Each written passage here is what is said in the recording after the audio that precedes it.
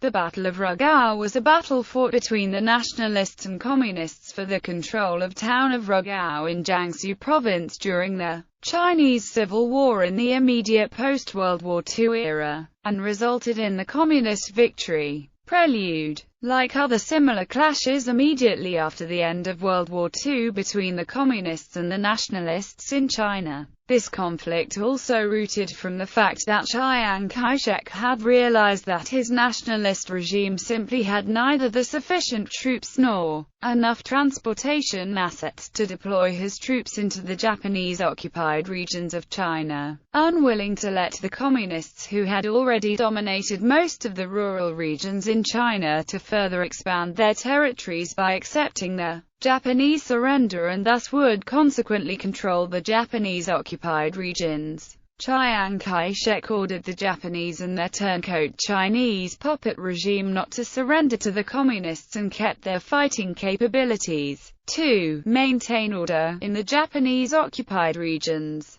Fighting off the communists is necessary until the final arrivals and completion of the deployment of the nationalist troops. As a result, most members of the Japanese puppet regimes and their military forces rejoined the nationalists. However, most of these former nationalists turned Japanese puppet regime forces were not from Chiang Kai-shek's own clique, but instead, they were mainly consisted of troops of warlords who were only nominally under the Chiang Kai-sheks before World War II. Since they were nationalists in name only and mostly maintained their independent and semi-independent status, these warlords were only interested in keeping their own power and defected to the Japanese side when Japanese invaders offered to let them keep their power in exchange for their collaborations. After World War II, these forces of former Japanese puppet regimes once again returned to the nationalist camp for the same reason they defected to the Japanese invaders. Obviously, it was difficult for Chiang to immediately get rid of these warlords for good as soon as they surrendered to Chiang and rejoined nationalists,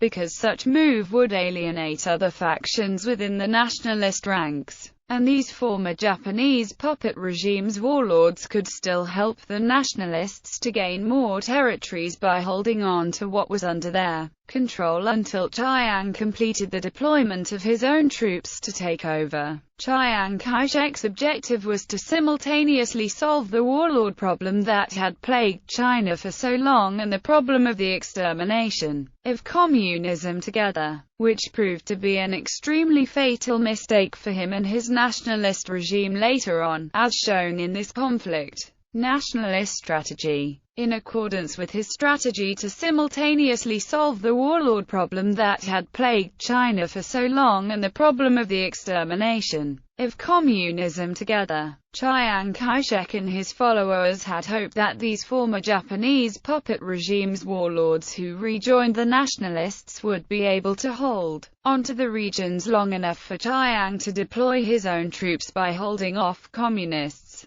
If the communists were victorious in such conflicts, however, the result would still benefit to Chiang and China because the power of these warlords would be reduced as their military forces were smashed by the communists, and the warlord problem plagued China for so long could thus be greatly reduced, while at the same time, communists would be weakened by the fights and Chiang's own troops would have easier time to take control. For the former nationalist-turned-Japanese puppet regime forces, these warlords and the troops had no problem of following Chiang Kai-shek's orders, and they were eager to prove themselves. These warlords and the troops were well aware that due to the collaboration with the Japanese invaders during the Second Sino-Japanese War, they were well hated by the general population in China, including those nationalists who refused to surrender to the enemy and fought the enemy until the eventual victory. Therefore, in the impending demilitarization after World War II, they were certainly be disarmed and discharged, which would probably be the best outcome, and the power of these warlords would be reduced or even completely eliminated as a result. Chiang Kai-shek's ordering them not surrendering to the communists and fighting off the communists was a savior for them because by carrying out such orders,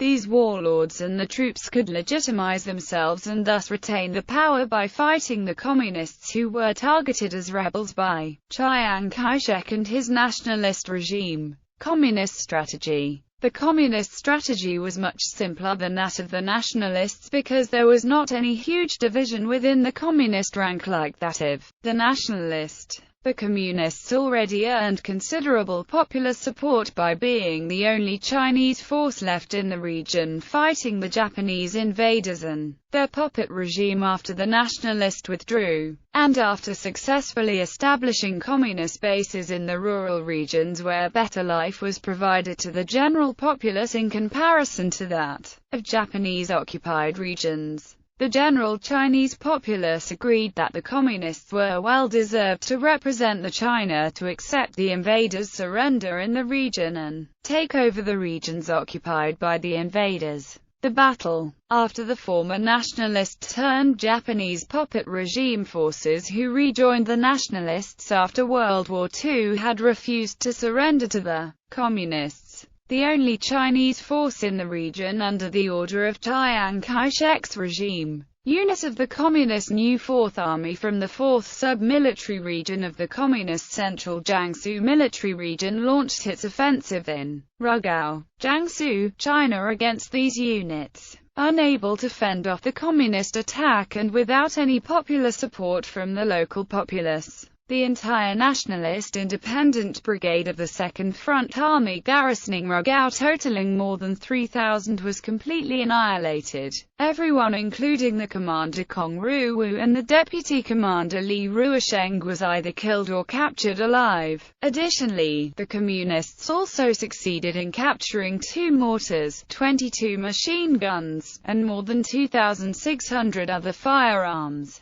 Outcome. Like other similar clashes immediately after the end of World War II between the communists and the nationalists in China, this conflict also showed that Chiang Kai-shek's attempt to simultaneously solve the warlord problem that had plagued China for so long and the problem of the extermination of communism together proved to be a fatal mistake. Although the result of the campaign turned out exactly like Chiang Kai-shek and his subordinates had predicted, and consequently the power of the warlords in this region was indeed reduced as their military forces were smashed by the communists, so that the warlord problem plagued China for so long was thus reduced for this particular region, and Chiang Kai-shek's secondary objective was achieved here. Any positive gains obtained by the nationalists were negated by the politic fallout. The reason was that this success of achieving the secondary objective came at a huge cost in nationalists' loss of popular support in this region, formerly dominated by the Japanese,